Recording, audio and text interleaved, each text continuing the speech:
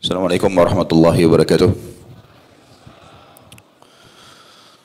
Alhamdulillah, tidak pernah berhenti kita memuji Sang Pencipta Allah.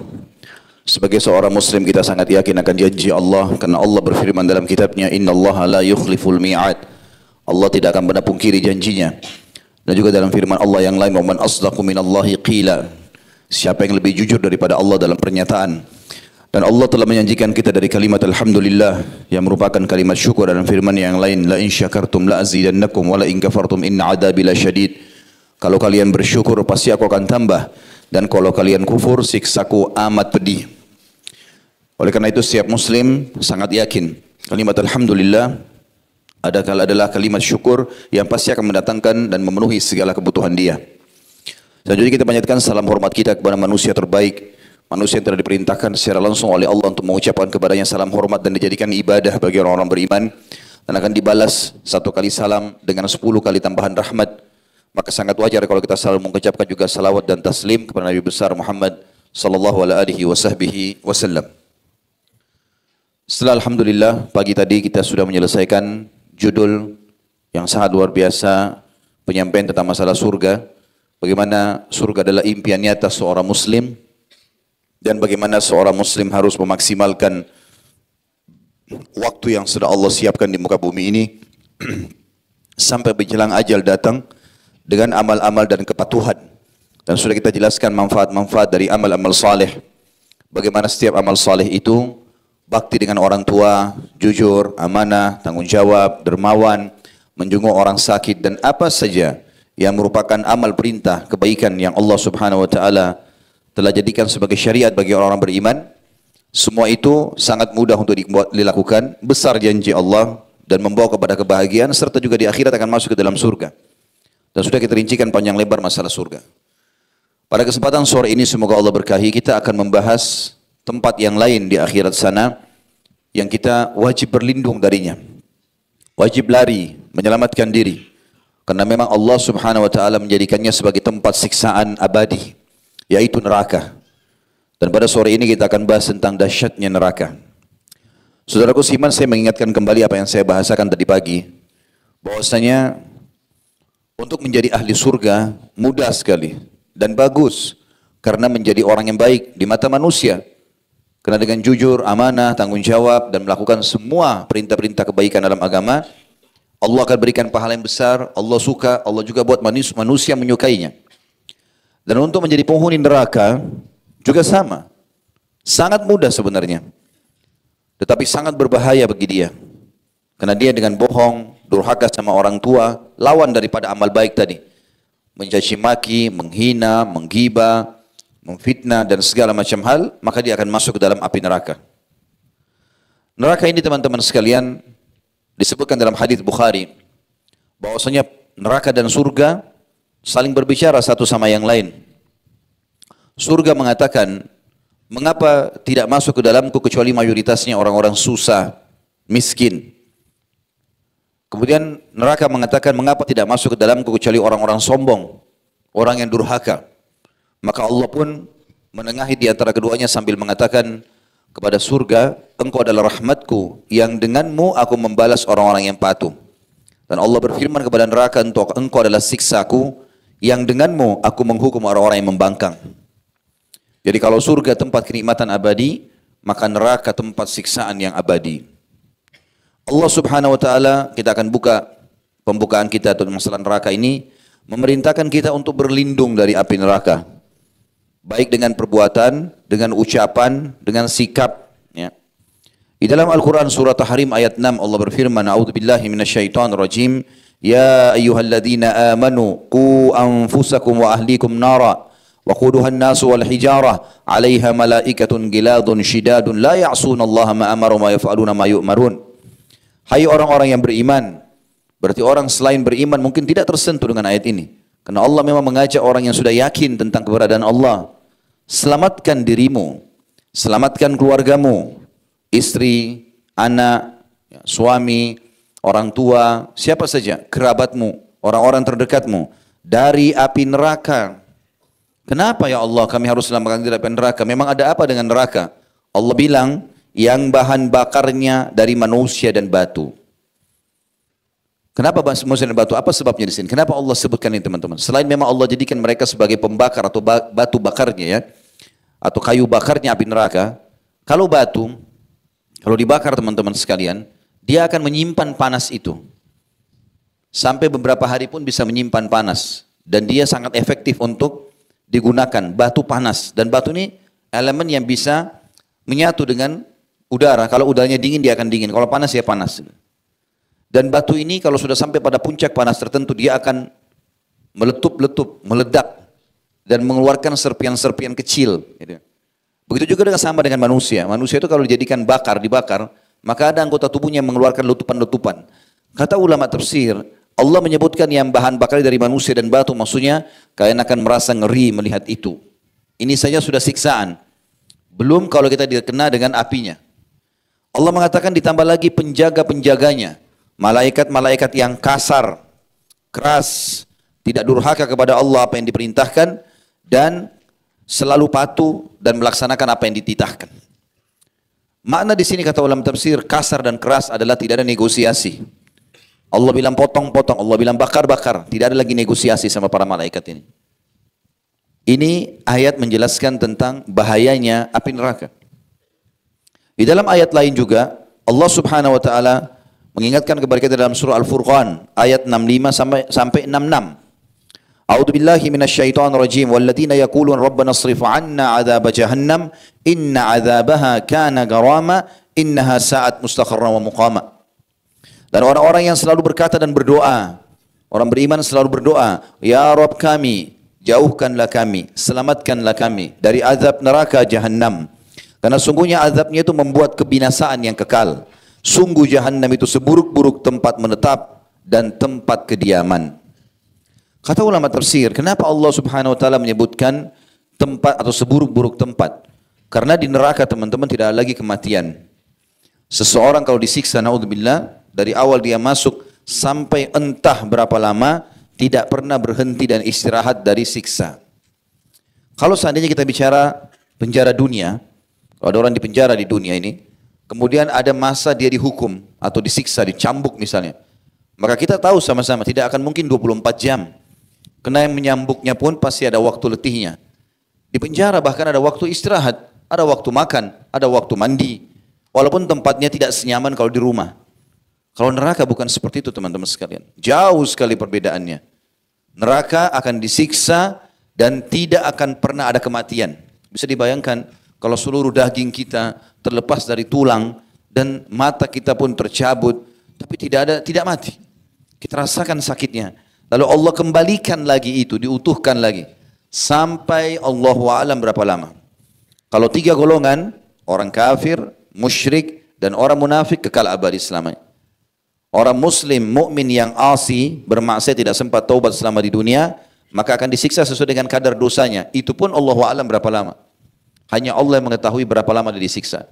Andai saja kita merenungi satu hari waktu akhirat sebagaimana Allah sebutkan dalam Al-Quran, A'udzu billahi minasyaitonir rajim, yauma inda rabbika ka'alfi sanatin mimma ta'uddun. Satu hari di sisi Allah di akhirat nanti sama dengan 1000 tahun waktu kalian di dunia.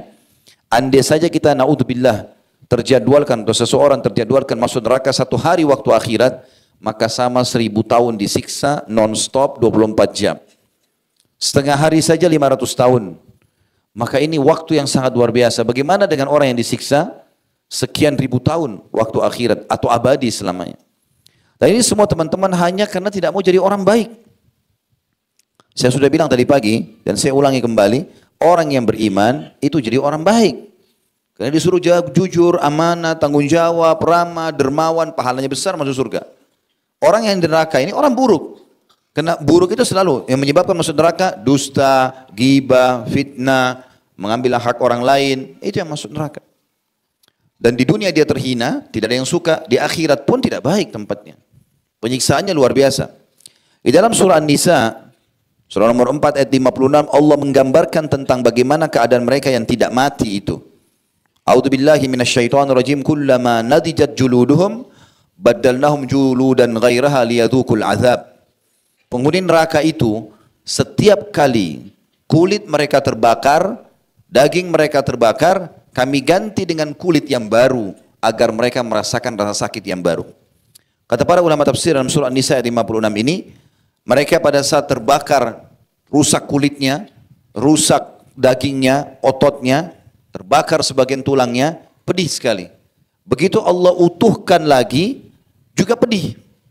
Jadi dalam kondisi dia terbakar pedih, dalam kondisi Allah ciptakan kembali juga pedih. Dan mereka merintih kesakitan sebagaimana akan kita pelajari nanti. Juga disebutkan teman-teman sekalian dalam hadis yang sahih dari Abdullah bin Mas'ud radhiyallahu anhu, beliau berkata, Nabi SAW selalu mengajarkan kami doa ini sebagaimana mengajarkan kepada kami surah dari Al-Quran, dan dianjurkan sekali untuk dibaca sebelum salam dalam solat. Allahumma inni a'udzubika min azabi jahannam. Yang paling pertama, ya Allah, lindungilah kami dari siksa neraka jahannam. Wa a'udzubika min azabil qabr, dan jauhkanlah kami dari siksa kubur. Wa a'udzubika min fitnatil masihid dajjal, dan selamatkanlah kami dari fitnahnya Masihid Dajjal. Wa a'udzubika min fitnatil mahya wal mamat, dan aku berlindung kepadamu dari fitnah kehidupan dan fitnah kematian. Dan ini disebutkan oleh Imam Muslim di jilid 5 halaman 89. Juga disebutkan dalam riwayat yang lain, Nabi SAW paling banyak membaca doa, Rabbana atina fid dunya hasanah wa fil akhirati hasanatan wa qina adzabannar.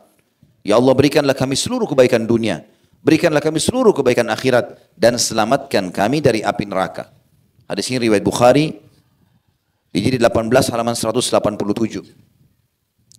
Nabi SAW di awal bab kita ini atau bahasan kita teman-teman sekalian memerintahkan kita berlindung, di antaranya sabda beliau dari Abu Hurairah radhiyallahu anhu, Nabi SAW bersabda, mastajara abdun minan nari sab'a marrat illa qalatin nar ya Rabbi inna abdaka fulan istajara minni fa'ajirhu wala sa'ala abdunil jannata sab'a marrat illa qalatil jannah ya Rabbi inna abdaka fulanan sa'alani fa'adkhilhul jannah. Tidaklah seorang hamba memohon perlindungan kepada Allah dari api neraka dalam sehari sebanyak 7 kali. Dia mengatakan, ya Allah selamatkan aku dari api neraka, ya Allah selamatkan aku dari api neraka 7 kali. Kecuali neraka akan merespon dan berkata, ya Allah, wahai Rabb, hambamu fulan meminta perlindungan dariku, maka lindungilah ia. Dan tidak ada seorang hamba pun yang memohon agar dimasukkan ke dalam surga 7 kali dalam sehari, melainkan surga akan berkata, wahai Rabb, hambamu fulan telah memintaku, maka masukkanlah ia ke dalamku. Hadis ini sahih diriwayatkan oleh Al-Mundhiri dalam kitab Targhib Tarhib di jilid 6 halaman 229, dan ini sahih sesuai dengan syarat Bukhari Muslim. Itu yang pertama, masalah Allah dan Rasulnya memerintahkan kita untuk berlindung dari api neraka. Allah Subhanahu wa taala mengancamkan dalam banyak ayat teman-teman tentang bahayanya neraka ini, dan setiap muslim harus merenungi dan mentadabburi ayat-ayat ini. Di antaranya adalah surah Al-Ahzab ayat 66, Allah berfirman, A'udzu billahi minasyaitonir rajim, yauma tuqallabu wujuhum fin nari yaquluna ya laitana ata'na Allah wa ata'na ar-rasula.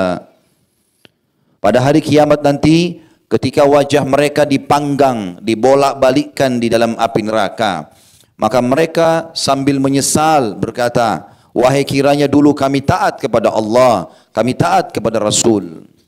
Tapi penyesalan sudah tidak ada gunanya lagi pada saat itu. Tidak bermanfaat lagi. Juga dalam surah Qamar, Al-Qamar ayat 48, Allah berfirman, A'udzu billahi minasyaitonir rajim, yauma yushabuna fin nari ala wujuhihim dzuqu massa saqar.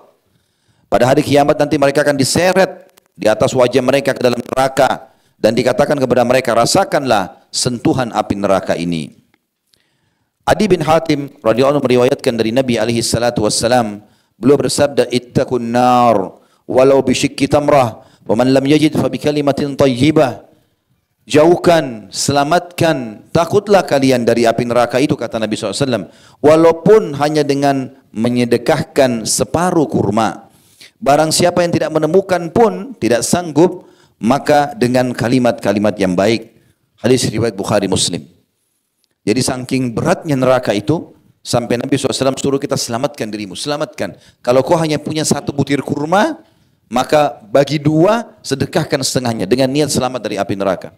Sampai Abdullah bin Umar radhiyallahu anhu itu setiap hari harus bersedekah dan berharap Allah selamatkan dari api neraka, walaupun beliau bersedekah hanya dengan sebutir bawang. Mereka sibuk dengan itu, menjauhkan diri dari api neraka. Juga Abu Hurairah meriwayatkan radhiyallahu anhu, saat turun firman Allah Subhanahu wa taala dalam surah Asy-Syu'ara ayat 214, A'udzubillahi minasyaitonirrajim wa anzir ashiratakal aqrabin. Hai Muhammad, peringatkan kerabat-kerabat terdekatmu tentang bahayanya neraka itu. Maka Rasulullah SAW berdiri lalu berseru di hadapan Quraisy, baik umum maupun khusus. Dia bersabda, wahai Bani Ka'ab bin Lu'ay. Ini masuk suku Quraisy yang merupakan ada hubungan kekerabatan dengan Nabi SAW. Selamatkan diri kalian dari api neraka. Wahai Bani Murrah bin Ka'ab, selamatkan diri kalian dari api neraka. Wahai Bani Abdul Muttalib, selamatkan diri kalian dari api neraka. Wahai Fatimah binti Muhammad, selamatkan dirimu dari api neraka. Sesungguhnya aku tidak memiliki sesuatu apapun untuk kalian yang bisa membebaskan kalian dari murka Allah. Hadis ini diriwayatkan Imam Bukhari Muslim. Artinya teman-teman sekalian, Nabi SAW mengingatkan umatnya, mengingatkan kerabatnya, mengingatkan sukunya, mengingatkan orang tercinta dalam hidupnya dari kalangan anak-anaknya itu Fatimah radhiyallahu anha, agar selamatkan tidak api neraka, berbuat, beramal. Banyak orang juga kadang-kadang menghayal, menganggap dia adalah orang yang sudah mencintai Nabi SAW, sudah cukup, enggak usah beramal. Enggak. Dia harus beramal. Nabi ingatkan, Fatimah saya sangat dicintai Nabi SAW, beliau mengatakan, hai Fatimah beramal. Karena aku selamatkan dari api neraka, karena aku tidak bisa membantumu apa-apa. Kecuali kalau kau punya amal, baru aku bisa meminta kepada Allah, dijadikan untuk penyebab kamu masuk ke dalam surga. Juga dalam hadis Bukhari yang lain, Abu Hurairah meriwayatkan, Nabi SAW bersabda, perumpamaan aku dan kalian adalah seperti seseorang yang menyulut api, buat api unggun. Lalu belalang dan kupu-kupu masuk ke dalamnya. Dan ia berusaha menghalaunya, tetapi ada saja yang lolos. Maka aku menghalangi kalian dari api neraka, tapi kalian ada juga yang lolos dari tanganku. Hadis ini riwayat Bukhari Muslim. Artinya Nabi SAW sudah ingatkan, sholatlah, ini keutamaannya, puasalah, ini keutamaannya, baktilah sama orang tua, ini keutamaannya, semua sudah disebutkan. Kalau kalian buat itu akan masuk surga. Surga itu begini dayang-dayangnya, begini pelayannya, begini istananya, begini sungainya, begini pohonnya, begini makanannya, segala macam.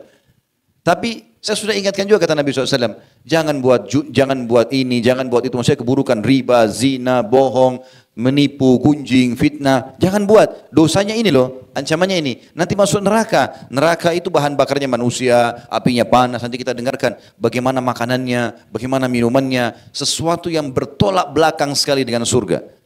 Maka Nabi SAW mengatakan, sayangnya masih ada di antara kalian yang lolos dari tanganku. Sudah diingatkan, gak mau dengar. Ada orang subhanallah dinasihati, akhi, ukhti jangan, ini haram, bahaya, gak mau tahu, gak usah, urus dirimu sendiri. Subhanallah, seakan-akan dia membiarkan dirinya masuk api neraka. Kalau ada seseorang teman-teman menyampaikan kepada kita nasihat, dan kita lihat itu nasihat yang benar, walaupun dari orang yang lebih muda dari kita, dengarkan, ambil pelajaran dari situ. Bisa saja Allah Subhanahu Wa Taala yang menjadikan nasihat itu sampai dari lisannya. Dari mana kita mengetahui masalah itu? Selama itu benar.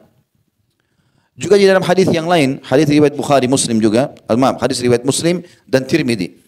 Ibnu Mas'ud berkata radhiyallahu anhu bahwasanya Rasulullah SAW bersabda, neraka didatangkan pada hari kiamat dan dia akan diikat dengan 70.000 rantai. Pada setiap satu rantai ada 70.000 malaikat yang menariknya. Jadi neraka ini teman-teman bukan bangunan yang kecil, 1 hektar, 10 hektar, ada 70.000 tali rantai. Kalau masjid ini ditarik dengan 1.000 rantai saja, 1.000 orang yang tarik mungkin bisa rubuh bangunan. Maka ini 70.000 rantai, di setiap satu rantai saking besarnya ada 70.000 malaikat. Perlu kita garis bawahi juga ya, malaikat ini makhluknya Allah yang paling besar yang Allah ciptakan. Walaupun mereka beragam lagi. Allah mengatakan dalam Al-Quran, uli ajnihati mathna wa thulatha wa ruba'. Malaikat itu yang paling kecil, ada yang memiliki 2 sayap, 3 sayap dan 4 sayap. Kata sebagian ulama, yang dimaksud 2 sayap adalah 2 di kanan, 2 di kiri. 3 di kanan, 3 di kiri, 4 di kanan, 4 di kiri. Dan sayap ini kalau di jenis hewan, burung-burungan, dia akan bagus terbangnya kalau minimal sepanjang tubuhnya atau lebih panjang. Kita lihat kadang-kadang burung nggak bisa terbang kalau sayapnya lebih kecil dari tubuhnya. Tidak bisa terbang. Maka berarti malaikat-malaikat ini sangat besar. Sangat besar gitu. Nah ada 70.000 malaikat yang menarik itu.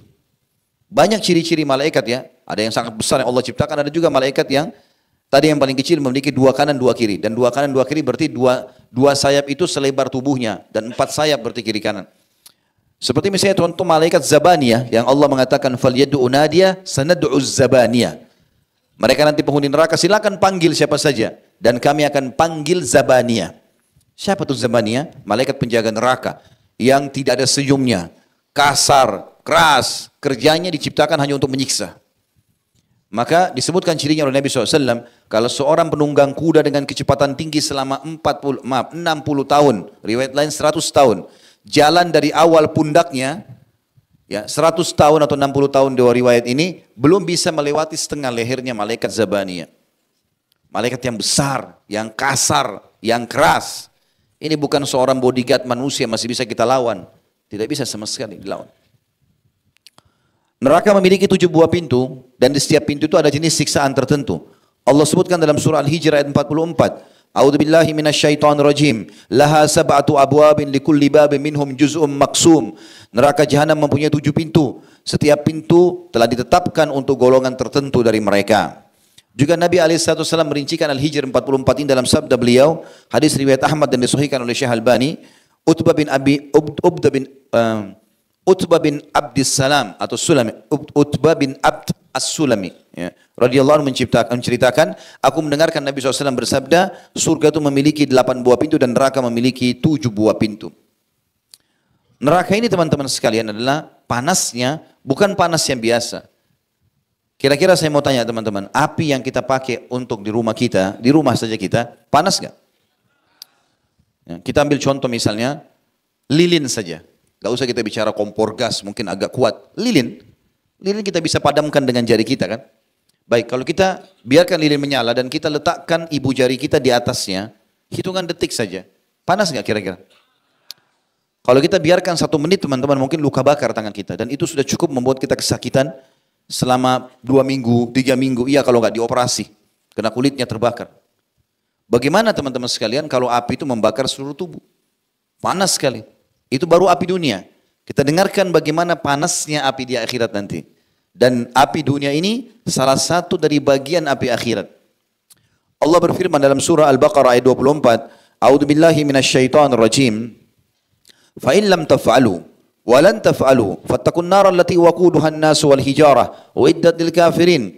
Jika kalian tidak mampu melakukannya dan pasti kalian tidak akan mampu, ya. Kalau misalnya orang-orang kafir mereka tidak mau memang beriman, maka tidak akan pernah ada jalan menurut mereka.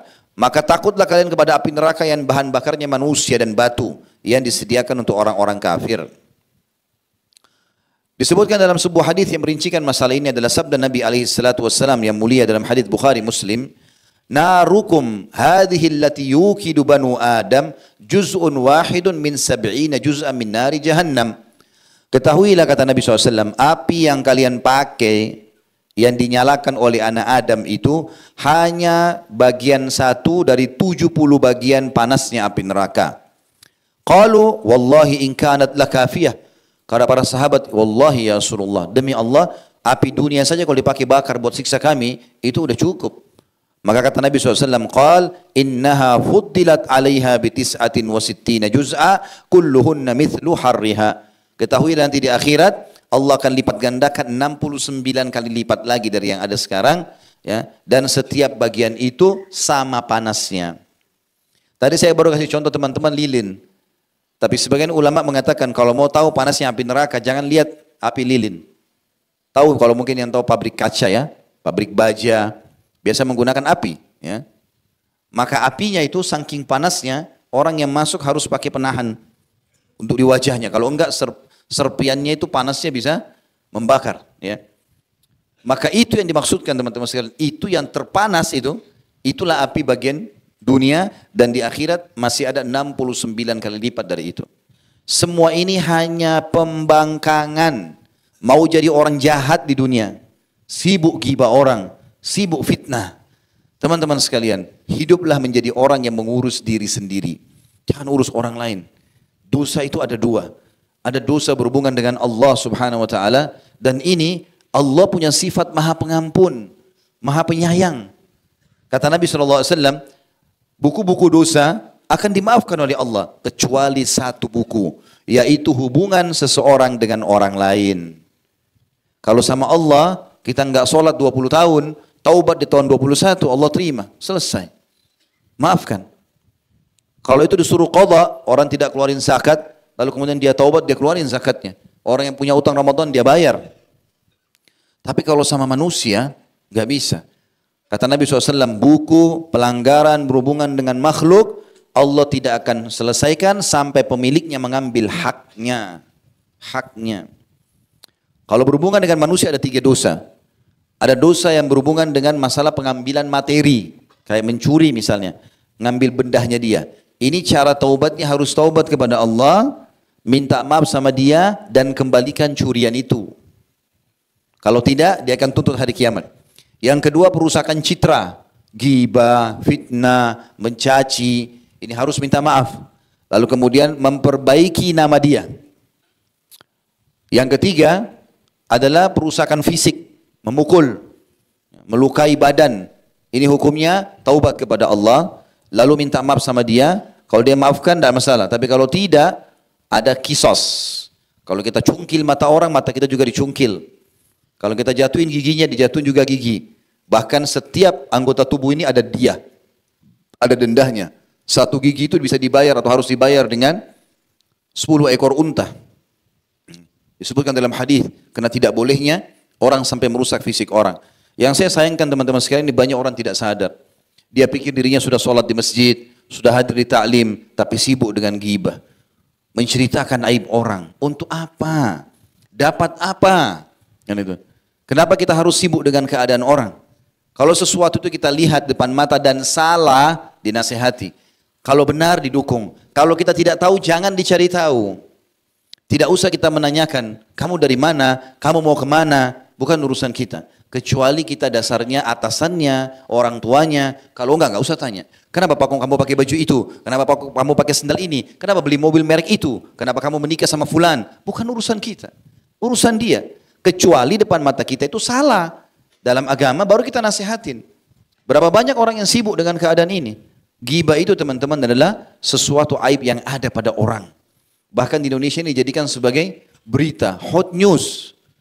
Ya. Tidak seru TV kalau tidak ada gosipnya. Ceritain aib orang. Ada yang lebih bodoh lagi orang-orang tidak mengerti apa-apa, dia dengarin, dia sebarkan juga. Padahal ingat, cara taubatnya harus minta maaf. Bisa enggak antum ketemu sama orang itu?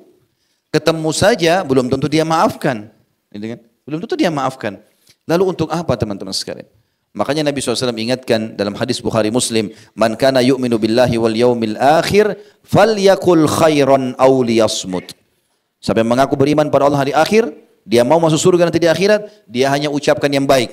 Kata ulama hadis yang baik itu adalah zikrullah, baca Quran, berdoa, nasihat atau tanya kabar. Yang lain nanya-nanyain macam-macam tidak ada manfaatnya, tidak ada yang ditanya. Makanya Nabi SAW mengatakan juga dalam hadis lain, min husni islamil mar'i tarkuhu ma la ya'ni. Termasuk kesempurnaan Islam seseorang muslim adalah meninggalkan apa yang tidak bermanfaat bagi dia. Baik pertanyaan ataupun sikap atau perilaku. Di dalam hadis yang lain dari Abu Hurairah radhiyallahu anhu bahwasanya Nabi SAW bersabda, ketika Allah menciptakan surga dia mengutus Jibril kepada surga lalu berfirman, lihatlah padanya dan apa yang aku sediakan bagi penghuninya. Lalu Jibril mendatangi dan melihatnya berikut apa yang disediakan oleh Allah untuknya.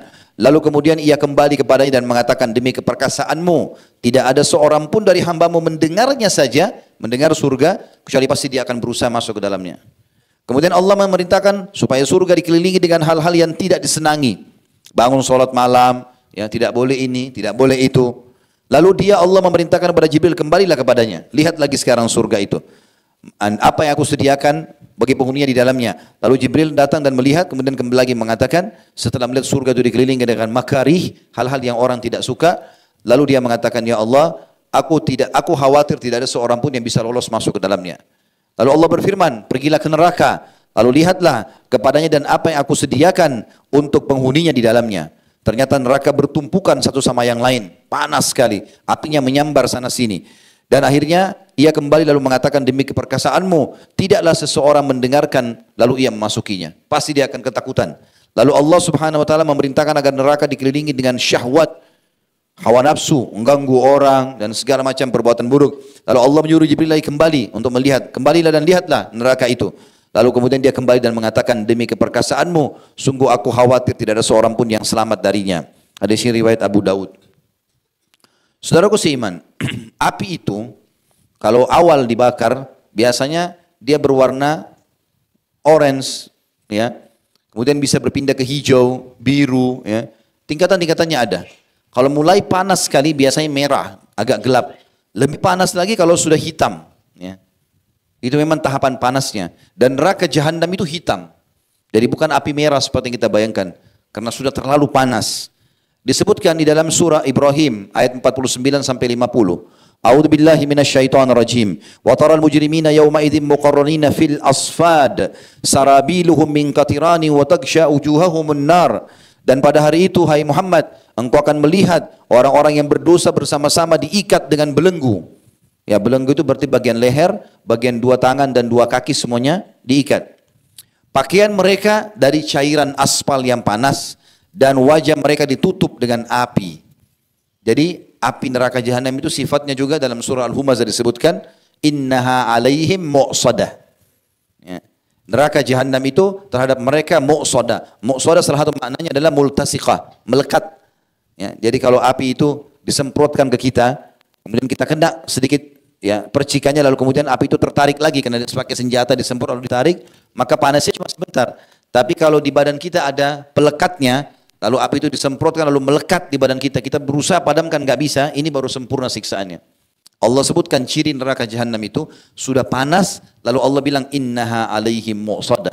Sesungguhnya itu meliputi mereka, melekat pada tubuh mereka, tidak berhenti apinya sampai Allah perintahkan. Terus kulitnya, urat-uratnya, ototnya sampai ke tulangnya. Padamnya kalau Allah suruh padam. Di dalam hadis yang merincikan masalah itu, hadis yang sahih diriwayatkan Tirmidzi, kata Nabi SAW, Abu Hurairah berkata, radhiyallahu anhu, neraka telah dinyalakan selama 1000 tahun sehingga menjadi merah. Lalu dinyalakan selama 1000 tahun lagi hingga menjadi putih. Lalu dinyalakan selama 1000 tahun lagi hingga menjadi hitam. Maka dia hitam seperti gelapnya malam. Abu Hurairah juga berkata radhiyallahu anhu dalam riwayat lain, apakah kalian menyangka neraka itu merah seperti api kalian? Sungguh ia lebih hitam daripada ter. Hadis ini sahih diriwayatkan oleh Imam Malik dalam kitab Muwatta'nya. Lalu juga Abu Musa al-Asy'ari radhiyallahu anhu mengatakan, Nabi SAW bersabda, ada 4 perkara yang masih tersisa dalam umatku dari perkara-perkara jahiliyah yang tidak bisa mereka tinggalkan. Yang pertama, bermegah-megahan dengan keturunan, selalu merasa bangga sukunya lebih baik daripada suku yang lain, kecuali orang yang Allah rahmati. Kalau dia sudah faham maka dia tidak akan berbangga-bangga dengan itu. Kemudian yang kedua, mencaci maki nasab, ya. Mencaci maki ayahnya orang, ibunya orang, kakeknya, sukunya. Yang ketiga, meminta hujan pada bintang. Dan ini juga termasuk tathayyur, tidak boleh. Makanya pernah satu kali dalam hadis Bukhari, Nabi SAW tiba di subuh hari, lagi imami sholat subuh, lalu hujan lebat turun, lalu beliau mengatakan, sesungguhnya Allah berfirman kepadaku, telah tiba hamba-hambaku pagi ini dalam keadaan beriman dan ada yang kafir. Kalau yang mengatakan hujan ini turun karena izin Allah, maka dia beriman kepada Allah dan kufur kepada bintang-bintang. Dan yang mengatakan hujan ini turun karena bintang ini dan bintang itu, dia telah beriman pada bintang dan kufur kepada Allah. Tidak ada yang mengatur, menurunkan, ya, menghalang semua apapun di muka bumi dan alam semesta ini kecuali Allah. Kemudian yang keempat adalah wanita yang meratapi kematian, ya, niyaha, mukul-mukul badan, robek-robek baju, tarik rambut, ya, pada saat kematian. Jika tidak bertaubat sebelum mati semua ini, pelaku-pelakunya, maka ia akan datang hari kiamat dengan memakai pakaian dari pelengking atau ter yang panas dan dari baju api yang menyala-nyala. Hadis ini riwayat Ahmad, At-Tabarani, Al-Hakim dan disahihkan oleh Syekh Albani.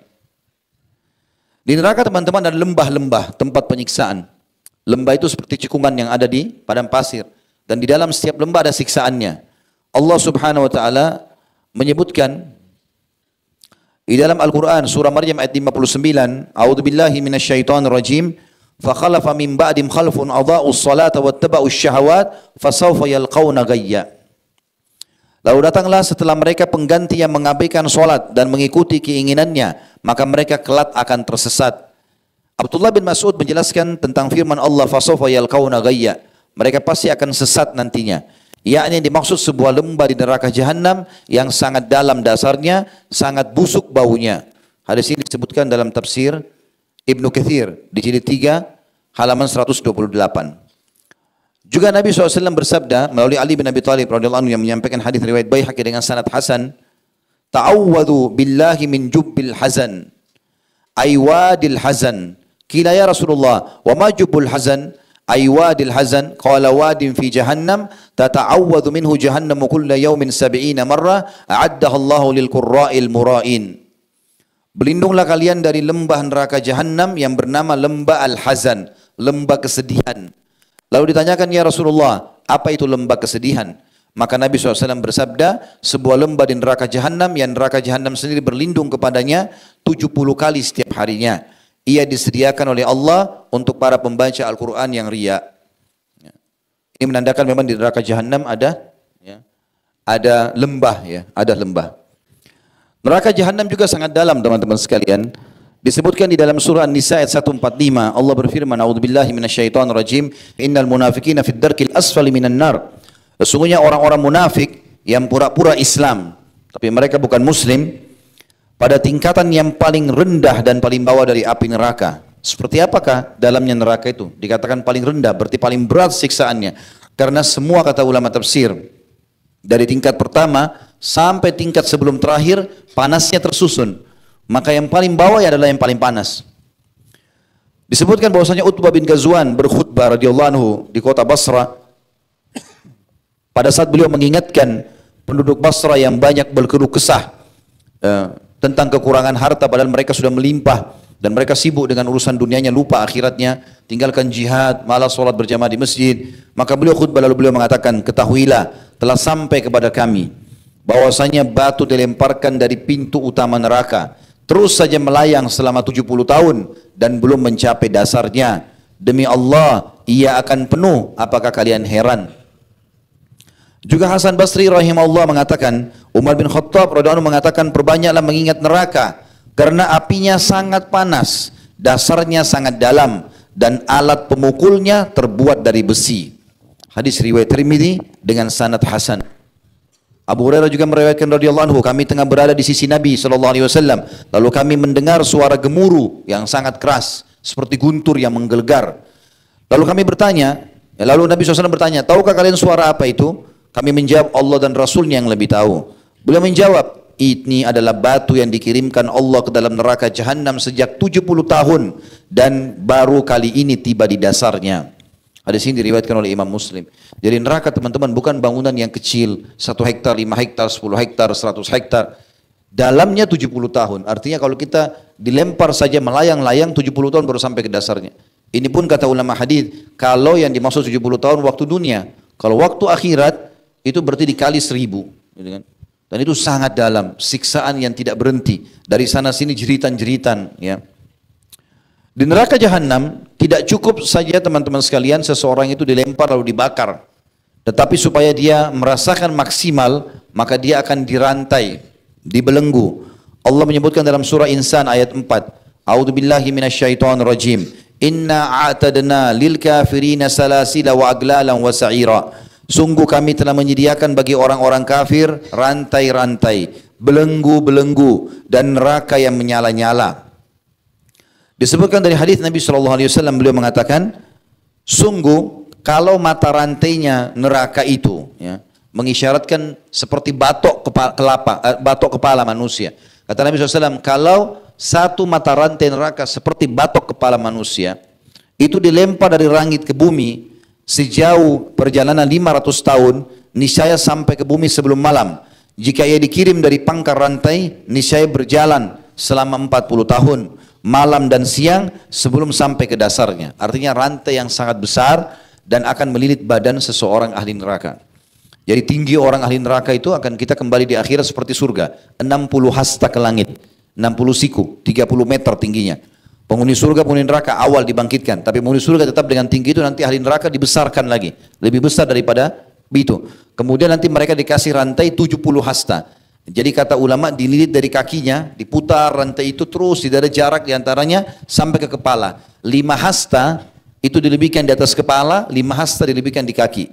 Maka dia seperti makanan yang akan dipanggang, tidak bisa bergerak. Sehingga kalau kena api neraka, rantai tersebut akan menyala, lalu membakar tubuhnya, serta api itu akan menembus sampai ke tulang-tulangnya. Dia tidak mati, hangus, belang, bolong badan-badannya, rusak organ tubuhnya. Kalau sudah rusak sama sekali, Allah ganti lagi dengan yang baru. Dan proses pengembalian supaya utuh, itu juga sudah cukup untuk pedih. Kalau tadi pagi saya sempat jelaskan, teman-teman, ahli surga makan dan minum bukan karena lapar dan bukan karena haus. Dan ini menyebabkan orang menikmati itu. Kita kalau lagi lapar, pengen makan apa saja, intinya lapar kita hilang. Sehingga kita sudah tidak menikmati makanan. Tapi kalau kita sudah kenyang, Atau kita baru makan lalu orang tawarkan mau makan apa Pak? Makan apa Bu? Maka kita masih bisa milih, saya mau makan ini, saya tidak mau yang itu misalnya. Begitu juga minum. Kalau kita lagi haus pesan, saya minta air es misalnya.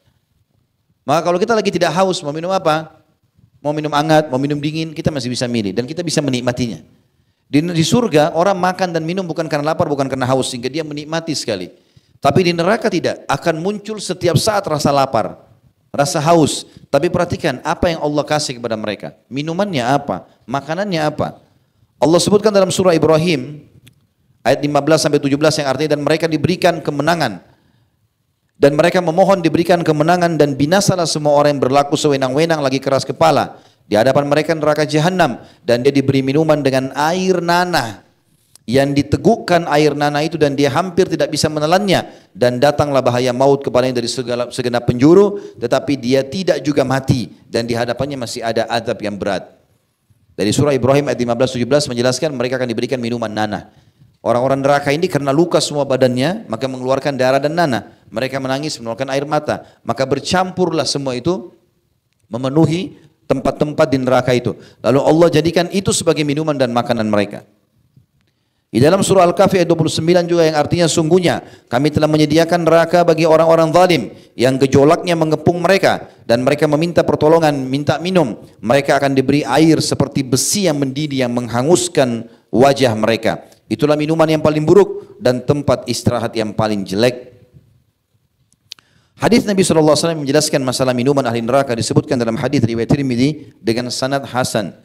Kata Nabi SAW, Innal hamima la yusabbu ala ru'usihim fayanfudul hamimu hatta yakhlusa ila jawfi fayaslitu ma fi jawfi hatta yamruqa min qadamaihi wa huwa as-sahru thumma yu'adu kama kan. Air panas benar-benar dituangkan di atas kepala mereka.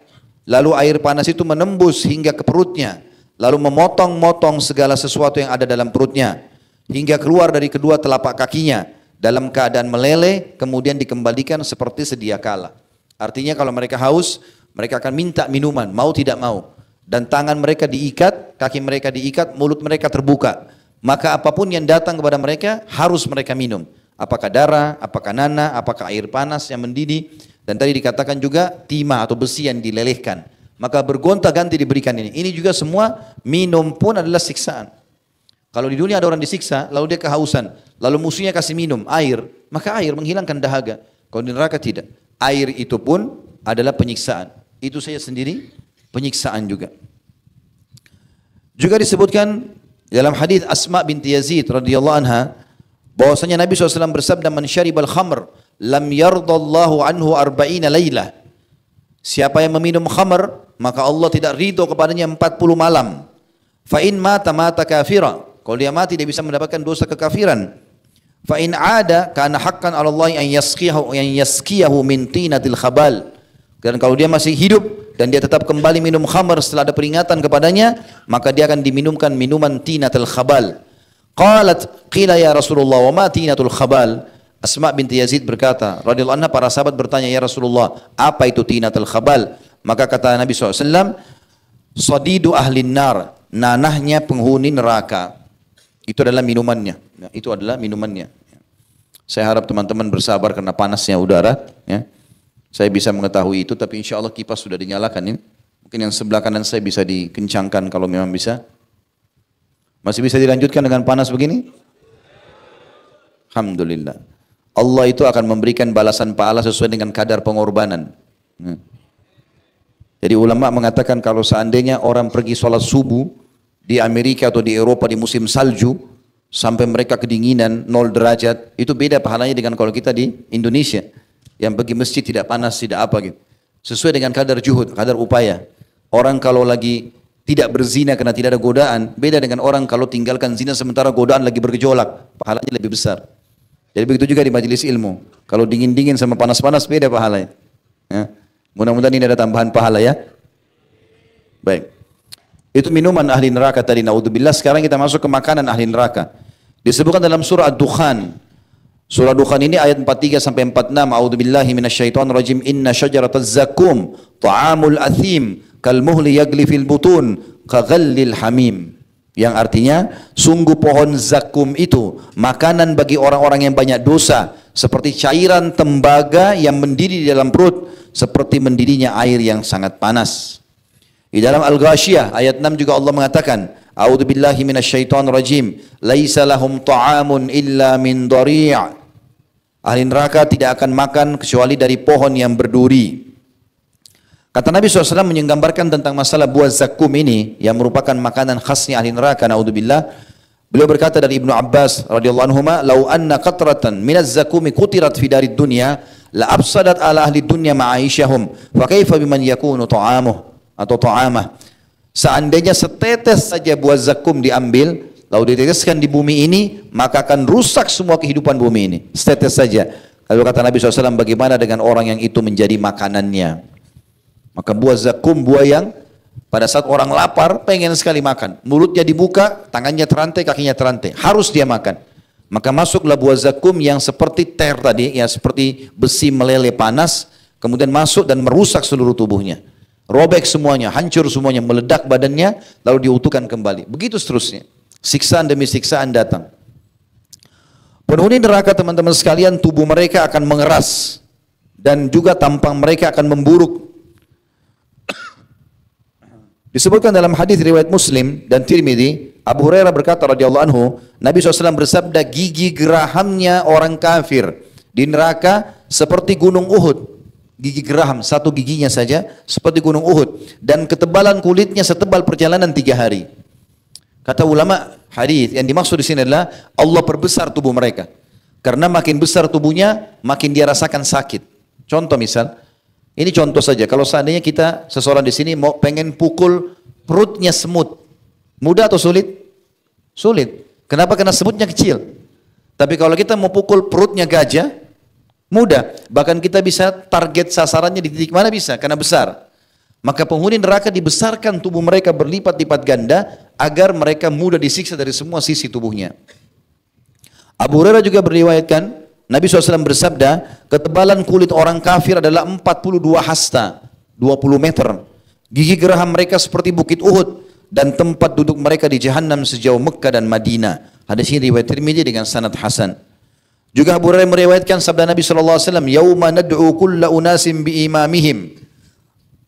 Ingatlah pada hari kami memanggil manusia dengan imam-imam mereka, memimpin mereka masing-masing. Surah Isra ayat 71. Seseorang dari mereka dipanggil, lalu diberikan buku catatannya dengan tangan kanannya. Ia ditinggikan tubuhnya menjadi 60 hasta. Diputihkan wajahnya, dan di kepalanya dipasang mahkota dari cahaya yang berkilauan. Ini kalau orang itu beriman. Dia akan dipanggil nanti, lalu diberikan buku catatan dengan tangan kanannya. Dia sudah tahu dia akan masuk surga. Di hari kiamat kita kalau terima buku di tangan kanan berarti akan ahli surga. Tangan kiri berarti penghuni neraka.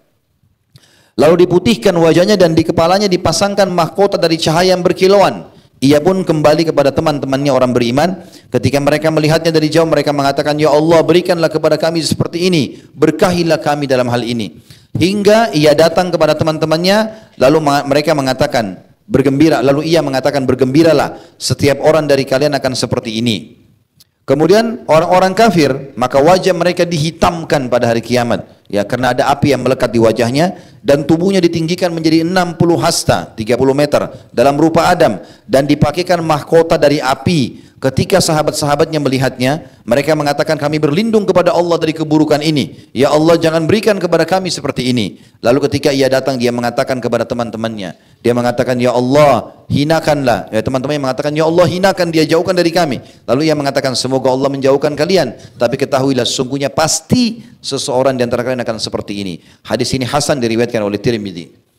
Mujahid berkata, rahimahullah, Ibnu Abbas pernah bertanya, tahukah kamu bagaimana luasnya neraka Jahannam? Kata Mujahid, tidak tahu. Maka ia mengatakan, ya, demi Allah kau tidak tahu bahwa jarak antara daun telinga salah seorang dari mereka dengan pundaknya. Jadi antara telinga ini sama pundak, jarak ini saja.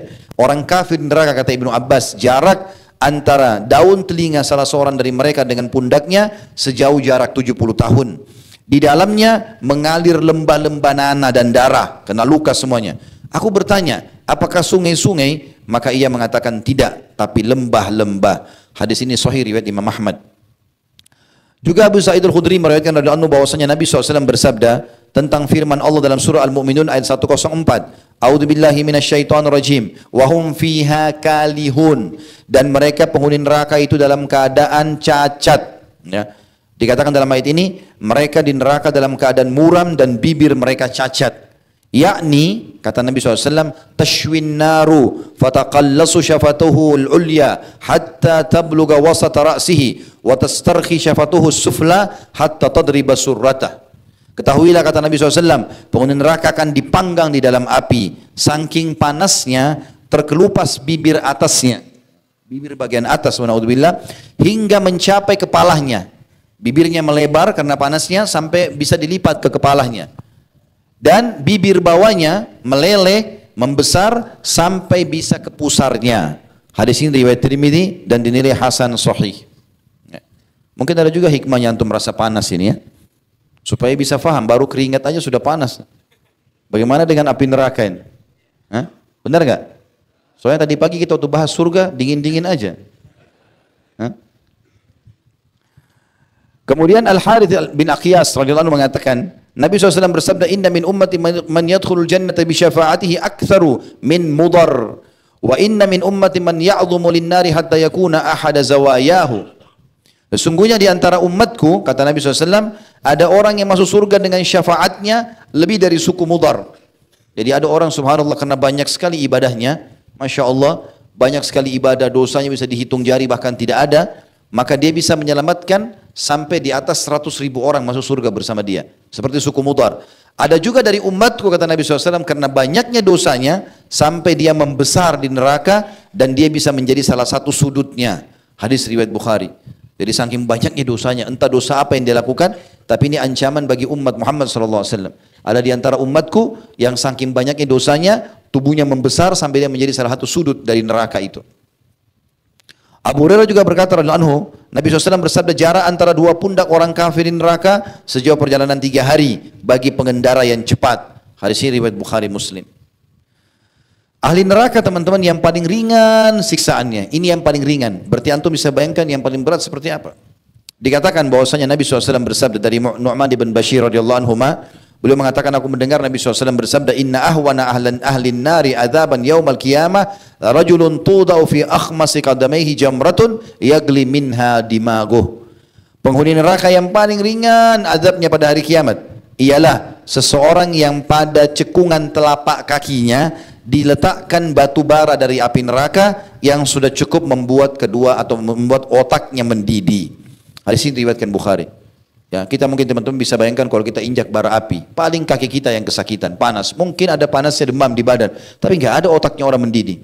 Cuma kalau neraka jahanam, bara api itu bisa membakar sampai ke otaknya mendidih. Di dalam hadis yang lain, kata Nabi SAW dari Abu Sa'id Al-Khudri radhiyallahu anhu, inna adna ahlin nari adaman yanta'ilu bina'alaini min nar, yagli dimaguhu min hararatin alaihi. Ahli neraka yang paling ringan siksanya adalah yang dipakaikan padanya 2 sendal dari api neraka yang membuat otaknya mendidih karena panasnya sendal tersebut. Di neraka juga ada tingkatan-tingkatan siksaan tergantung daripada apa yang mereka lakukan, ya. Sesuai dengan kadar dosa. Disebutkan dalam hadis Samurah bin Jundab radhiyallahu anhu bahwasanya Nabi SAW bersabda, minhum man ta'khudhuhu an-naru ila ka'bai, ada di antara mereka yang terbakar sampai kedua mata kakinya. Wa minhum man ta'khudhuhu an-naru ila rukbatai, ada yang terbakar sampai kedua lututnya. Wa minhum man ta'khudhuhu an-naru ila hujzatihi, ada di antara mereka yang terbakar, yang direnggut sampai ke pusarnya. Wa minhum man ta'khudhuhu ila unuqihi, ada yang terbakar sampai ke lehernya. Wa minhum man ta'khudhuhu an-naru ila tarquwatihi, ada di antara mereka yang dibakar sampai ke dadahnya. Dan hadis ini sahih diriwayatkan Imam Muslim. Teman-teman sekalian, di neraka, ahli neraka akan menangis. Dan tangisan ini menunjukkan penyesalan mereka. Di dunia umumnya orang kalau menangis, merintih, kesakitan, mungkin orang yang menyiksanya akan punya toleransi. Tapi di akhirat sudah tidak bisa lagi. Dia menangis dan tidak akan berguna bagi dia tangisannya itu. Disebutkan dalam banyak ayat Al-Quran. Ya. Di antaranya, di dalam surah Hud ayat 106, a'udzubillahi minasyaitonir rajim, fa ammal ladzina syaqu fa finnari lahum fiha zafirun wa syahiqa. Maka adapun orang-orang yang sengsara maka tempatnya dalam neraka dan di sana mereka mengeluarkan dan menarik nafas dengan merintih. Jadi saking sakitnya, hembuskan nafas sakit, tarik nafas juga sakit. Di dalam hadis Abdullah bin Amr mengatakan radhiyallahu anhu, ahli neraka memanggil malaikat, tetapi mereka tidak menjawab panggilan mereka selama 40 tahun. Tolonglah wahai Zabaniya, penjaga neraka, tolonglah minta kepada Allah meringankan buat kami 1 hari saja. 40 tahun mereka merengek-merengek, tidak dijawab. Kemudian mereka setelah 40 tahun mendengarkan jawaban malaikat. Malaikat mengatakan sesungguhnya kalian menetap selamanya. Enggak ada toleransi. Maka kemudian mereka memohon kepada Rabb mereka sambil memanggil Allah, ya Allah tolonglah kami, selamatkan kami. Padahal Allah sifatnya maha penyayang. Tapi kalau sudah masuk neraka, subhanallah, Allah tidak menjawab mereka seumur dunia. Seumur dunia, miliaran tahun. Allah menyebutkan dalam Al-Quran, dalam surah Mu'minun 104, Rabbana akhrijna minha fa in udna fa inna zalimun. Ya Rabb kami, keluarkan kami dari neraka jahanam ini, kembalikan kami di dunia lagi, agar kami bisa mengerjakan kebaikan. Kalau kami kembali kepada kekafiran, sungguh kami termasuk orang-orang yang zalim. Ternyata setelah seumur dunia, sekian miliar tahun, baru Allah jawab. Apa yang Allah jawab? Allah sebutkan di Al-Mu'minun 108, lanjutan tadi. 107 mereka panggil Tuhan mereka, 108 Allah jawab. Qala khsa'u fiha wa la tukallimun. Allah pun menjawab, tinggallah dengan hina di dalamnya dan jangan kalian berbicara denganku. Kemudian kata Nabi SAW, kaum itu pun putus asa. Tidak ada lagi yang dilakukan kecuali mengeluarkan nafas dan menariknya dengan merintih. Suara mereka menyerupai suara keledai. Mula-mulanya mengeluarkan nafas dan akhirnya menariknya dengan merintih. Hadis ini diriwayatkan oleh At-Tabarani dan semua perawinya thiqat. Juga Nabi SAW bersabda dalam hadis yang lain, Inna ahlan nar la yabkun. Ketahuilah penghuni neraka pasti akan menangis sepanjang waktu. Hatta law ujriyatis sufunu fi dumu'ihim lajarat. Kalau seandainya perahu mau dijalankan di atas air mata mereka, maka akan jalan air mata itu. Wa innahum la yabkuna dama, yakni makanad dam'i. Dan mereka akan menangis darah sebagai pengganti keluarnya air. Nanti teman-teman sekalian, ada orang yang keluar dari neraka juga. Tapi ini khusus untuk orang-orang beriman saja, yang punya dosa. Mereka bisa mendapatkan syafaat. Tetapi kapan? Allahu alam. Berapa lama disiksa? Allahu alam. Tentu kalau kita bisa masuk surga tanpa melalui neraka lebih baik daripada orang masuk ke sini. Karena ada juga orang menggunakan ini sebagai hujjah, argumentasi. Mereka mengatakan, toh orang Islam akan masuk surga. Benar, tapi melalui neraka dulu kalau banyak dosanya. Dan ini Allahu alam sekali lagi berapa lama, siksaan itu berapa lama dia lalui. Tapi akan keluar sebagaimana Allah Subhanahu wa taala menyebutkan dalam surah Thaha 109. Selama dia muslim, dia akan keluar dari api neraka. A'udzu billahi minasyaitonir rajim. Yauma idzin la tanfa'u syafa'atu illa man adzina lahu ar-rahmanu wa radiya lahu qaula. Pada hari kiamat nanti tidak berguna syafaat atau pertolongan kecuali dari orang yang telah diberi izin oleh Allah yang Maha Pengasih dan dia ridhoi perkataannya. Abu Sa'id Al-Khudri meriwayatkan dari Nabi SAW, yadkhulu ahlul jannatil jannata wa ahlun narin nar. Nanti hari kiamat akan masuk penghuni surga ke surga dan penghuni neraka ke neraka. Masing-masing sudah menikmati. Ya, ahli surga menikmati surga, ahli neraka menikmati apinya. Wa na'udzubillah. Ahli neraka maksudnya. Thumma yaqulu Allah azza wa jalla. Lalu Allah SWT berfirman, akhriju man kana fi qalbi mithqalu habbatin min khardalin min iman. Maka orang-orang beriman itu diperintahkan oleh Allah untuk memberikan pertolongan kepada orang yang mereka kenal dari neraka. Keluarkan siapapun yang dalam hatinya ada seperti biji sawi dari keimanan. Maka fayukhrajuna minha qad iswaddu. Mereka pun dikeluarkan dari api neraka sementara mereka sudah hangus. Fayulqauna fi nahri hayat. Lalu mereka dilemparkan ke sungai-sungai kehidupan yang ada di depan pintu-pintu surga. Fayambutuna kama tambutul habbatu fi janibis sail. Maka mereka pun akan tumbuh seperti tumbuhnya tanaman-tanaman lembut di pinggiran saluran air. Alam tara annaha takhruju safra'a multawiyah. Bukankah kalian lihat pohon-pohon atau tanaman kecil yang muncul di saluran air berwarna kuning dan masih lembut? Begitulah keadaan mereka. Di dalam riwayat yang lain kata Nabi SAW, sayakhruju nasu minan nari kad ihtaraku wa kanu mithlal humam. Thumma la yazalu ahlul jannati yarushuna alaihim al-ma' hatta yambutuna nabatal guzai fis sail. Orang-orang akan dikeluarkan sebagian dari neraka yang memang masih punya keimanan tapi mereka dosanya dominan dalam keadaan telah terbakar dan mereka sudah menjadi lahar, mereka sudah jadi cair gitu. Kemudian ahli surga terus-menerus mencipratkan air dari sungai kehidupan pada mereka sampai mereka tumbuh seperti tumbuhan yang tumbuh di saluran air. Hadis ini riwayat Ahmad dan disahihkan oleh Syekh Albani.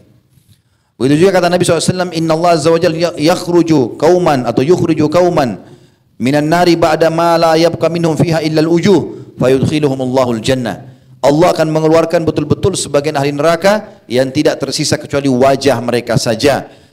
Lalu Allah memasukkan mereka ke dalam surga. Hadis ini sahih disebutkan Al-Albani dalam silsilah hadis sahih nomor 1661. Dan sekian banyak hadis yang menyebutkan kalau ahli neraka akan ada dikeluarkan. Di antaranya hadis yang masyhur tentang Nabi SAW. Beliau mengatakan, nanti pada saat aku masuk ke dalam surga, aku akan menemui Ar-Jabbar, zat yang maha pemurah di hadapanku. Lalu aku pun berkata, Ya Rabb, wahai penciptaku, ummatku, ummatku. Maka kata Nabi SAW, Allah pun mengatakan, hai Muhammad, pergilah ke neraka, keluarkanlah dari umatmu siapa yang dalam hatinya ada seperti koin dirham dari keimanan. Kecil sekali. Maka Nabi SAW mengeluarkan semuanya dari umatnya yang punya keimanan seperti itu. Lalu beliau kembali lagi. Lalu Allah SWT mengatakan, kembalilah, keluarkan lagi dari umatmu yang seperti dalam hatinya ada seperti setengah koin dirham. Maka Nabi SAW mengatakan, aku kembali lalu mengeluarkan lagi. Kemudian setelah itu Allah mengatakan lagi, kembalilah, keluarkan siapapun yang dari umatmu yang memiliki dalam hatinya keimanan seperti biji sawi. Maka Nabi SAW mengatakan, aku pun mengeluarkan mereka dari api neraka Jahannam. Setelah itu Allah Subhanahu wa taala masih mengizinkan para malaikat memberikan syafaat. Orang-orang beriman memberikan syafaat. Dan setelah itu pun Allah masih mengatakan, masih tersisa syafaatku. Lalu Allah mengambil atau Allah menggenggam satu genggaman dari neraka. Lalu mengeluarkan banyak orang-orang yang telah terbakar. Lalu mereka dilemparkan di sebuah sungai di mulut surga yang disebut dengan air kehidupan. Lalu mereka tumbuh di kedua tepi sungai itu seperti tanaman kecil tumbuh di aliran air. Yang kalau kalian lihat di sisi batu atau di sisi pohon, bagian yang terkena cahaya sinar matahari berwarna hijau dan bagian yang tidak terkena sinar matahari berwarna putih. Lalu mereka keluar dari sungai kehidupan seolah-olah mutiara. Pada leher mereka disematkan tanda, lalu mereka masuk ke dalam surga. Ahli surga menyebut mereka dengan utaqaur rahman, atau orang-orang yang telah Allah bebaskan dari api neraka. Allah memasukkan mereka ke dalam surga dengan tanpa amal yang mereka lakukan dan tanpa kebaikan yang pernah mereka persembahkan. Dikatakan kepada mereka, untuk kalian apa yang kalian lihat dan yang semisalnya seperti itu juga. Hadis ini riwayat Bukhari, Muslim. Juga Nabi SAW mengatakan, ini berita gembira bagi orang yang sudah mengucapkan syahadat saja, yang penting pernah Islam. Makanya Allah bilang dalam Al-Quran, wala tamutunna illa wa antum muslimun. Kata kuncinya jangan meninggal kecuali dalam keadaan Islam. Syahadat aja, yang penting dia tidak benar rusak, sudah ada jaminan masuk surga. Tapi Allahu a'lam berapa lama di neraka. Dikatakan dari riwayat, Nabi SAW mengatakan, Yaqulullahu azza wa jal, Allah yang maha suci dan maha purna berfirman, akhriju minan nari man dzakarani yawman wa khafani fi maqam. Keluarkan dari api neraka, kata Allah, siapapun yang pernah mengingatku pada suatu hari atau takut kepadaku di suatu tempat. Artinya akan dikeluarkan semuanya, ya, siapapun yang Allah inginkan dari api neraka itu. Dalam riwayat lain kata Nabi SAW, yakhruju minan nari arba'ah. Allah akan mengeluarkan dari api neraka 4 orang. Wa yu'raduna 'ala Allah azza wa jalla fayaltafitu ahaduhum fayaqul ay rabbi kuntu arjuka id akhrajtani minha alla tu'idani fiha fayunjiyahu Allah minha. Maka dua orangnya yang dalam riwayat lain disebutkan, ini menguatkan riwayat ini, dua orangnya Allah SWT mengatakan, loncatlah ke dalam api neraka itu. Maka dua-duanya loncat ke api neraka karena perintah Allah. Ya. Maaf, begini riwayatnya. Kata Nabi SAW, Allah berfirman, Allah akan mengeluarkan 4 orang dari api neraka. Kemudian Allah pun bertanya, ya, kepada mereka, gitu, apa yang kalian minta?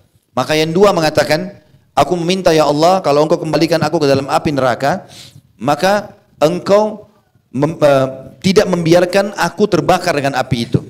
Maka Allah pun mengabulkan, keduanya kembali ke api neraka sementara dia tidak rasakan lagi panasnya. Lalu yang dua lagi, Allah tanya, kenapa kalian tidak meminta? Mereka mengatakan, ya Allah, kami tidak ingin lagi setelah engkau keluarkan dari api neraka, engkau kembalikan kami ke sana. Maka Allah pun memasukkan keduanya ke dalam surga.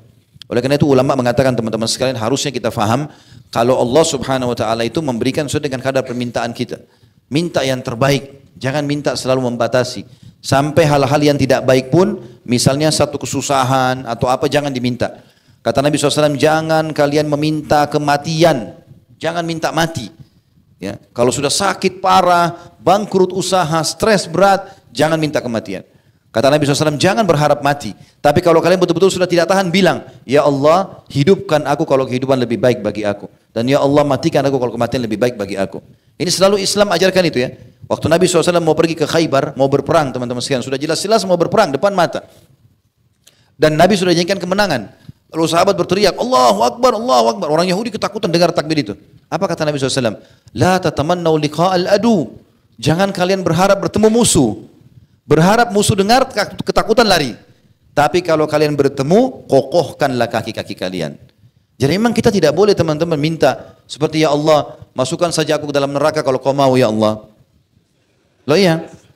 Mau menunjukkan kerendahan hati? Enggak. Ya Allah, masukkan aku dalam surga dan selamatkan aku dari api neraka. Mirip juga dengan ulama menekankan teman-teman sekalian, kita harus meminta kepada Allah surga dengan keseriusan. Dan kita harus yakin surga itu ada dan berhubungan sekali dengan ketaatan kita. Karena ada syair-syair dilantunkan di Indonesia, saya sering dengar, jangan kau sembah Allah karena ada surga dan jangan kau takut kepada Allah karena ada neraka. Ini bertolak belakang dengan dalil-dalil syar'i. Allah Subhanahu wa taala dalam surah Al-Imran ayat 133 menjelaskan, A'udzubillahi minasyaitonirrajim wasari'u ila magfiratin rabbikum wa jannatin arduhas samawati wal ardu lil muttaqin. Berlumba-lumbalah kalian kepada pengampunan Tuhan kalian dan kejarlah surga. Beribadahlah kamu untuk dapat surga itu, gitu kan? Patuh. Karena itu luasnya luas langit dan bumi dijanjikan untuk orang-orang yang bertakwa, dijanjikan untuk orang-orang yang bertakwa. Dan surah Tahrim ayat 66 tadi sudah kita bacakan, Allah bilang, ya ayyuhalladzina amanu qu anfusakum wa ahlikum nara. Hai orang beriman, selamatkan dirimu, takutlah kau dari api neraka dan juga keluargamu. Maka kita kalau menyembah Allah karena ingin masuk surga itu puncak ibadah. Kalau teman-teman mau maksimal dapat pahala dari satu ibadah, kejar janjinya Allah di situ. Misal begini, boleh nggak Ustaz, saya bersedekah supaya saya tambah kaya. Loh memang itu targetnya. Karena sedekah akan menambah harta, kan begitu sabda Nabi SAW. Mana qasamalu min sadaqah dalam hadis Bukhari. Tidak akan berkurang harta karena sedekah. Kalau kita sedekah dengan niat supaya tambah kaya, memang itu targetnya. Boleh nggak Ustaz, saya bangun sholat malam supaya doa saya diijabah. Loh memang begitu janji Nabi SAW. Kalau tertinggal sepertiga malam, Allah turun ke langit bumi. Lalu bertanya kepada para malaikatnya, adakah hambaku yang memohon aku penuhi? Maka memang itu tujuannya. Boleh nggak saya bakti sama orang tua supaya saya juga dikasih anak-anak membakti sama saya? Nabi bilang SAW, berbaktilah pada kedua orang tua kalian, Allah akan berikan kepada kalian anak-anak yang bakti pada kalian. Memang begitu. Boleh nggak saya pergi haji supaya dosa saya dimaafkan? Loh memang sabda Nabi SAW begitu. Siapa yang haji tidak rafath, mengucapkan kalimat syahwat yang salah, bukan pada pasangan halalnya. Tidak fusuk, berbuat kejahatan, tidak berdebat-debat di musim haji, tidak bertengkar, dia akan pulang seperti baru dilahirkan oleh ibunya. Berarti memang tujuannya itu. Ya. Boleh nggak saya tinggalkan zina supaya jangan saya masuk neraka? Memang itu targetnya. Supaya nggak disiksa. Maka kita menyembah Allah, berharap masuk surga. Dan kita takut sama Allah karena takut masuk neraka. Kapan kita mengejar apa yang Allah janjikan, berarti kita merindukan apa itu yang Allah janjikan. Dan kapan kita takut dengan apa yang Allah ancam, berarti kita takut kepada Allah Subhanahu wa ta'ala. Sebagai penutup teman-teman sekalian, kita tutup dengan keabadian neraka. Neraka ini teman-teman bukan berarti hanya disiksa lalu kemudian lepas, tidak. Padahal sebenarnya di dunia sebentar sekali kehidupannya. Ya.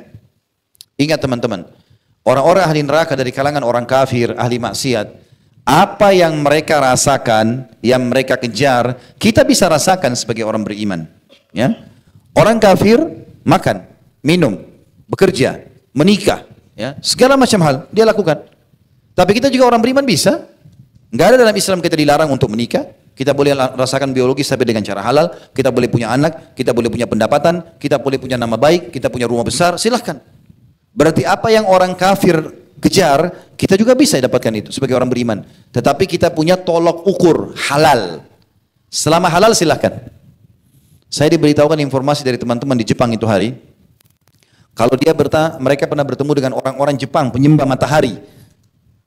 Kalau mereka masuk supermarket teman-teman sekalian, mereka temukan ada makanan kaleng itu ada label halalnya, orang Jepang sendiri beli. Pernah ditanya sama orang-orang muslim di sana, kenapa Anda beli ini? Dia bilang kalau ada label ini berarti lebih terjamin kualitasnya. Mereka sendiri tahu halal itu bagus. Orang Islam dilarang makan kecuali halal dan thayyib. Halal yang Allah bolehkan dan thayyib berkualitas. Ayam halal, tapi kalau sudah rusak tidak thayyib lagi, jadi haram, nggak boleh. Ya. Maka kita ini teman-teman sekalian sebagai orang beriman nyaman sekali kok. Karena semua yang diperlukan di dunia, makan, minum, biologis, punya rumah, punya pekerjaan, punya harta banyak, silahkan. Tapi konsepnya halal. Islam tidak larang itu. Orang kafir juga rasakan itu, tapi mereka tidak kenal namanya halal haram. Semuanya boleh bagi mereka. Di akhirat kita dapat surga yang abadi, di akhirat mereka dapat neraka yang abadi.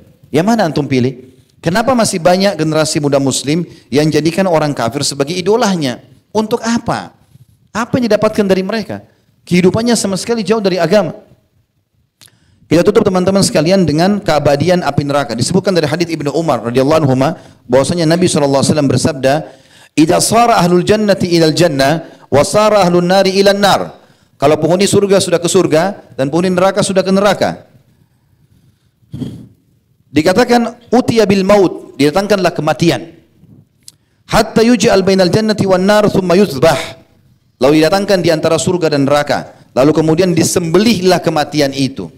Dalam riwayat lain dikatakan, riwayat sahih juga ini sama-sama riwayat Imam Muslim, kata Nabi SAW, nanti akan malaikat memanggil seluruh penghuni surga sambil berkata, wahai penghuni surga, dan mereka semua mendengar suara malaikat itu. Lalu mereka semua mengarahkan mata mereka ke satu arah di mana mereka bisa melihat. Maka dipanggil penghuni neraka, wahai penghuni neraka. Maka mereka pun akhirnya balik ke sana dan mereka khawatir mungkin ada tambahan siksaan. Lalu mereka melihat ke arah suara itu.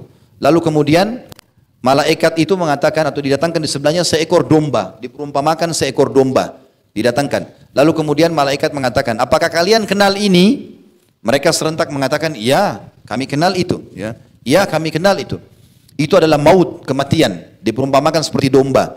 Maka malaikat itu pun menyembelih domba tadi. Setelah disembelih, maka berkatalah malaikat tadi, ya ahlal jannah la maut, wa ya ahlan nar la maut. Wahai penghuni surga, mulai hari ini enggak ada lagi mati. Wahai penghuni neraka, mulai hari ini tidak ada lagi mati. Fayazdadu ahlul jannati faraha ila farahihim, maka ahli surga bertambah gembira, wa yazdadu ahlin nari huznan ila huznihim, dan ahli neraka akhirnya menambah atau bertambah menjadi sedih di atas kesedihan mereka. Saya ingin menambahkan 1 menit saja teman-teman sekalian. Ada juga disebutkan oleh sebagian ulama, tentu semua perlakuan-perlakuan buruk ya, dosa-dosa terutama dosa besar, durhaka sama orang tua, apalagi syirik, membunuh, berzina, riba. Kalau orang tidak bertaubat ini bisa masuk ke neraka dia. Tetapi ada dosa teman-teman, atau dosa-dosa ini kalau kita lakukan, semua dosa-dosa besar pun kalau kita lakukan, masih ada kemungkinan Allah maafkan di hari kiamat di timbangan amal.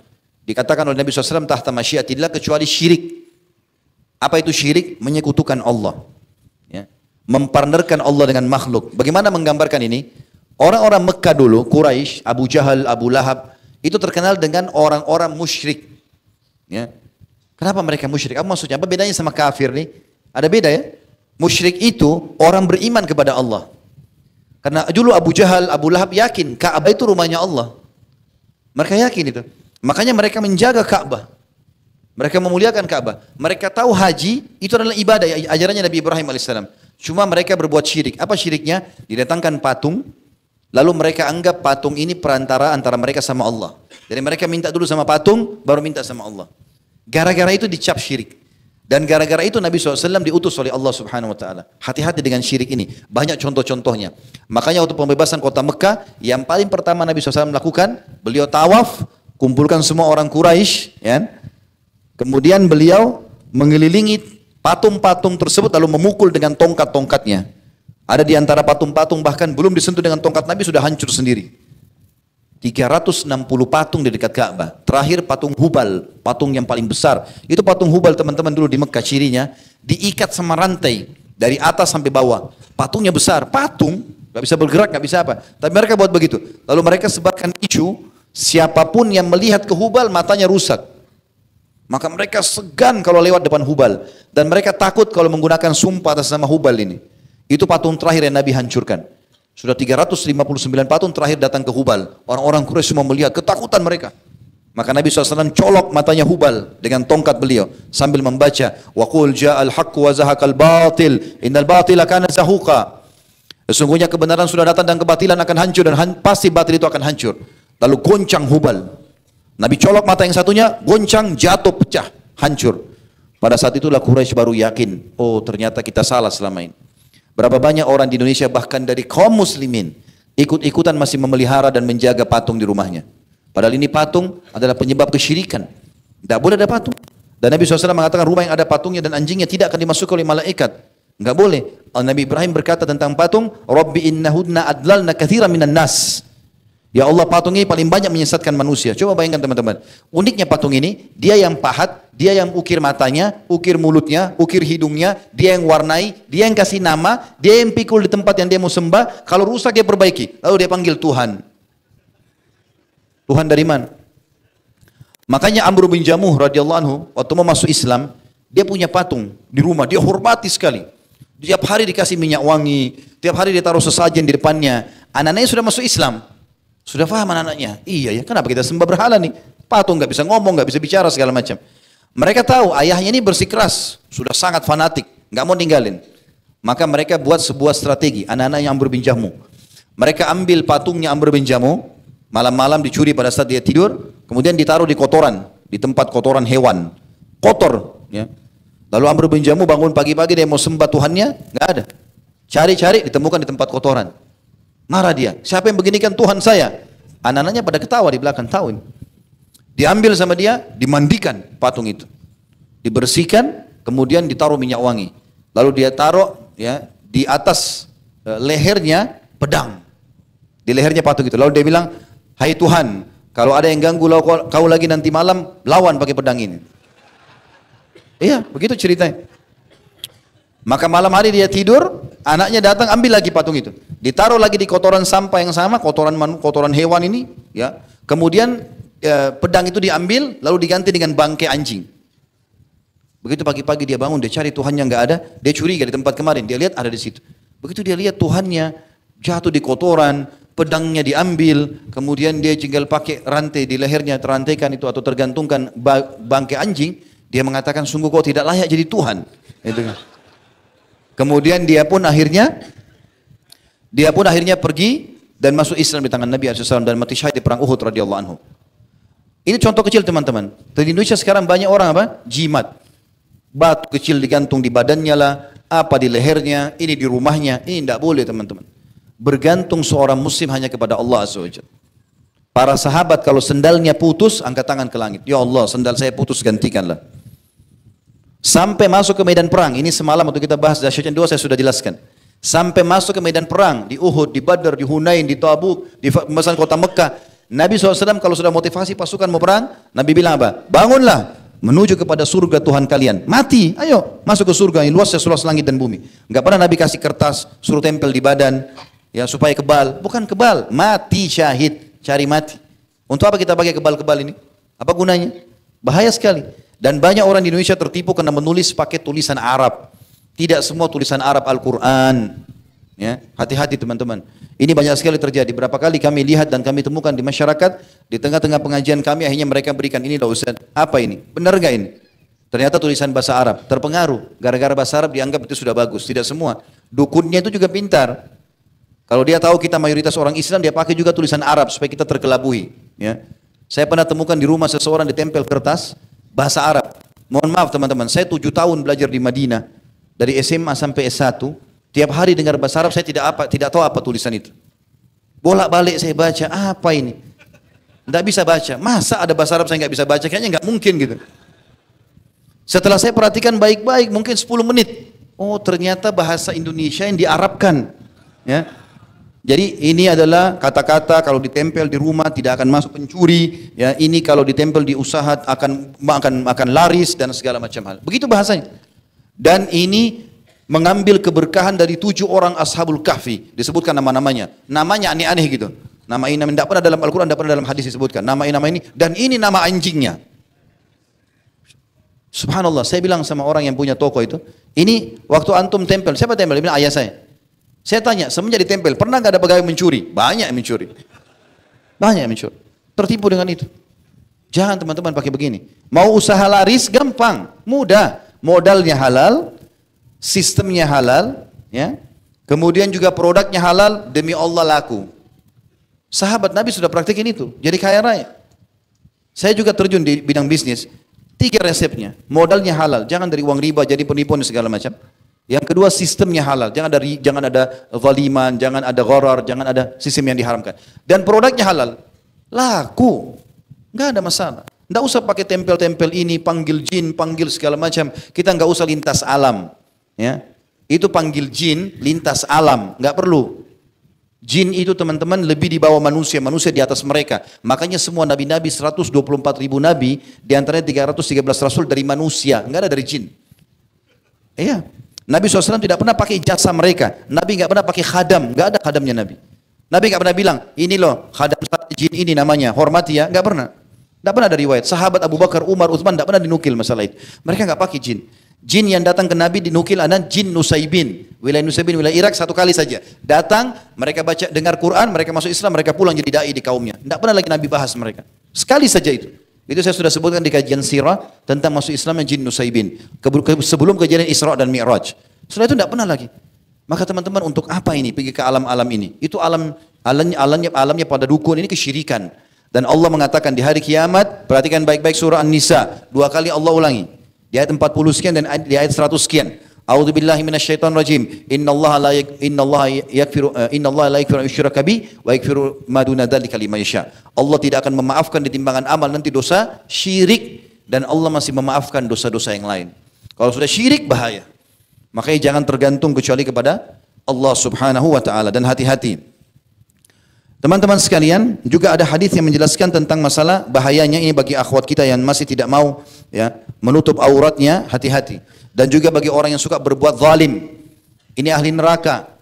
Kata Nabi SAW, simfani min ahli nar. 2 golongan termasuk ahli neraka. Lam arahuma. Aku tidak lihat mereka di zaman hidupku. Di zaman Nabi belum ada ini 2 golongan. Yang pertama, qaumun ma'ahum siyatun ka'adnabil baqari yadribunan bihan nas. Kaum yang membawa cambuk-cambuk seperti ekor-ekor sapi yang memukul-mukul orang karena kezaliman. Kata sebagian ulama hadis ini adalah pengawal-pengawal raja zalim, mengambil paksa hak masyarakat. Ini terjadi di zaman-zaman dulu. Yang kedua, ini bagi muslimah, ingatkan baik-baik, laki-laki di sini yang masih punya ibu tidak tutup aurat, saudarinya, anaknya, istrinya. Kata Nabi SAW, wa nisaun kasiyatun ariyatun mumilatun ma'ilatun ru'usuhunna kasnimatil bukhtil ma'ilah. La yadkhulnal jannata wa la yajidna rihaha wa inna riha la tujadu min masirati kada wa kada. Ya. Dan golongan kedua selain orang yang tadi bawa cambuk itu adalah perempuan-perempuan yang berpakaian tetapi telanjang. Apa maksudnya berpakaian tapi telanjang? Ketat. Ya. Karena wanita-wanita yang pakai baju ketat, celana ketat, baju kaos ketat, ini sama saja tidak pakai baju. Ya kan? Karena orang tahu lengkukan badannya, bedanya cuma di warna.